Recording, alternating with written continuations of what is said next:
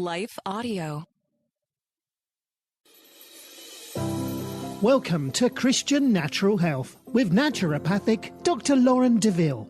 Christian Natural Health is the podcast on how to get and stay healthy, God's way. You'll hear topics on nutrition, exercise, sleep, avoiding toxicity, meditating on scripture, what supplements to take, stress management, defeating anxiety and worry, how to reconcile Eastern medicine approaches with Christianity, and a whole lot more. Now, here's your host, Dr. Lauren. Today I'm going to be meditating on the concept of how to handle disappointments from a biblical standpoint. So we all, of course, have disappointments in life, things that our hearts were set on that just didn't pan out. God does promise to give us the desires of our hearts if we're following Him, Psalm 37:4, but He doesn't promise to give them to us on our timetable or through the avenues that we choose. His way is always best in the end, but that doesn't make the immediate disappointments hurt any less.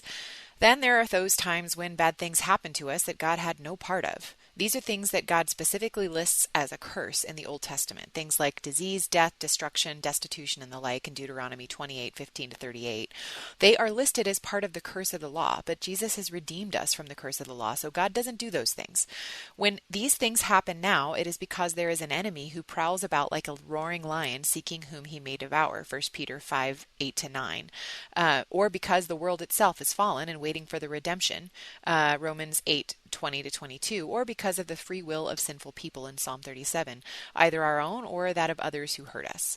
There are usually only a few ways that most people handle disappointments and sorrow. Number one, they lie to themselves and pretend they never wanted that thing very much in the first place.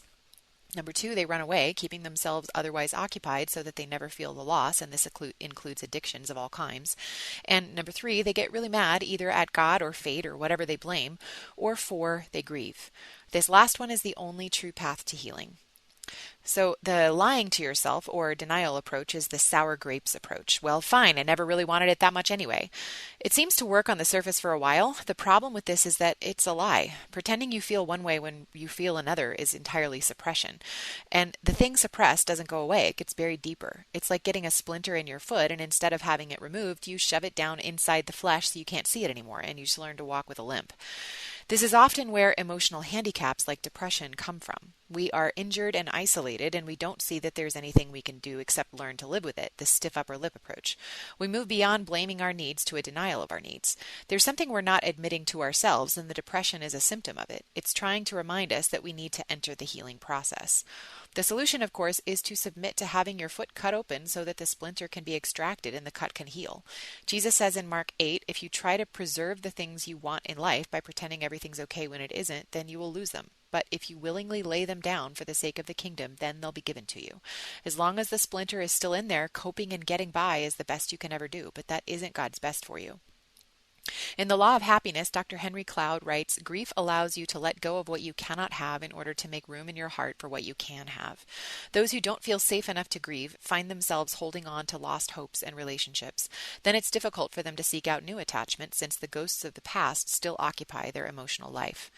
Jesus promises that when we let go, the exchange He offers is beauty for ashes, Isaiah 61, verse 3.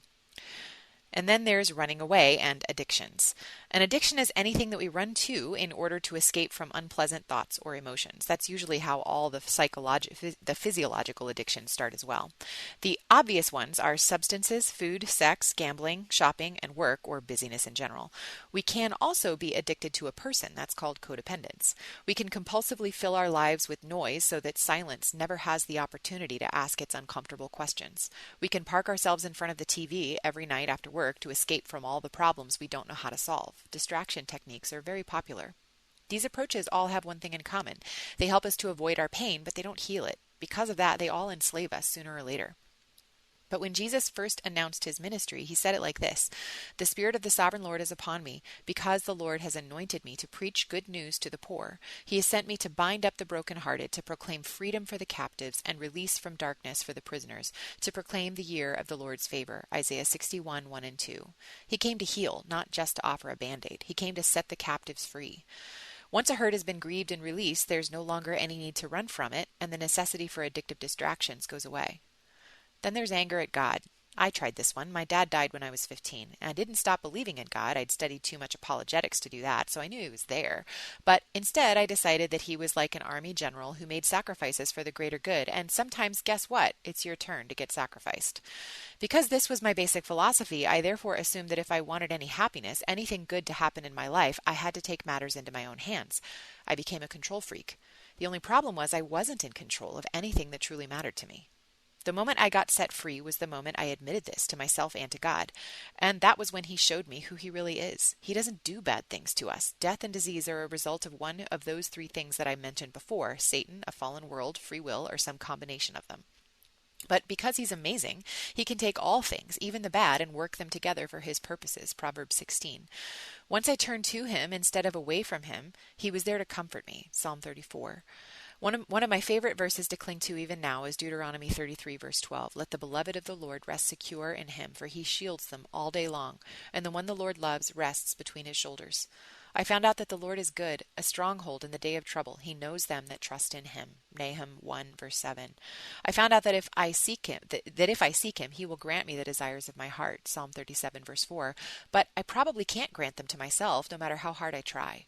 Giving up and letting go was freedom. And then there's grief. Grief happens when we admit that what happened to us hurt, and we allow ourselves to feel sad about it. God set up grief as a method for allowing us to accept those things we can't do anything about. Jesus says in the Sermon on the Mount that grief is what allows you to be comforted. Matthew 5. If you're too busy denying and suppressing your pain, though, comfort can't get in.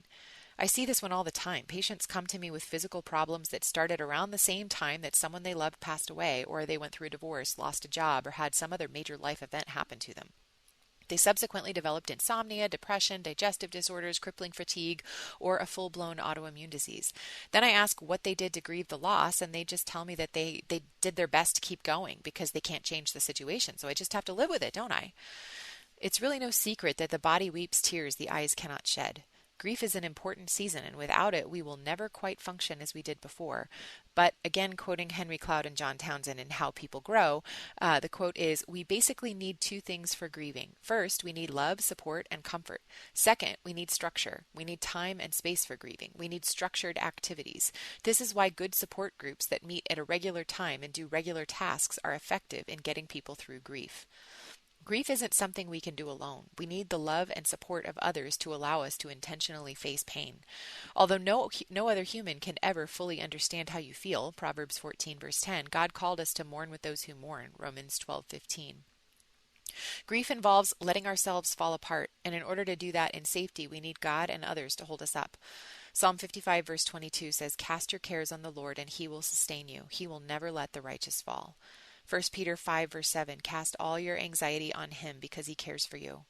Psalm 62, verse 8, trust in the Lord, in God at all times, and pour out your heart to him because he is your refuge. When we let ourselves feel sad for our losses in the context of relationship with God and others, true healing becomes possible. God says that sorrow lasts for a night, but joy comes in the morning, and mourning will turn into dancing. Psalm 30. Isaiah 61, verse 3 says that he will comfort all who mourn and provide for those who grieve in Zion, to bestow on them a crown of beauty instead of ashes, the oil of gladness instead of mourning, a garment of praise instead of a spirit of despair. And Jesus said in John 16:33, in this world you will have trouble, but take heart, I have overcome the world. John 16:33. Thanks for joining me. Hope that was helpful to you, and I'll see you next week. Thanks for listening to Christian Natural Health. This show is run by you, so please write in with topic and guest suggestions for future shows. For more great content, subscribe to Dr. Lauren's blog at www.drlaurendeville.com or follow her on Facebook or Twitter at Dr. Lauren DeVille.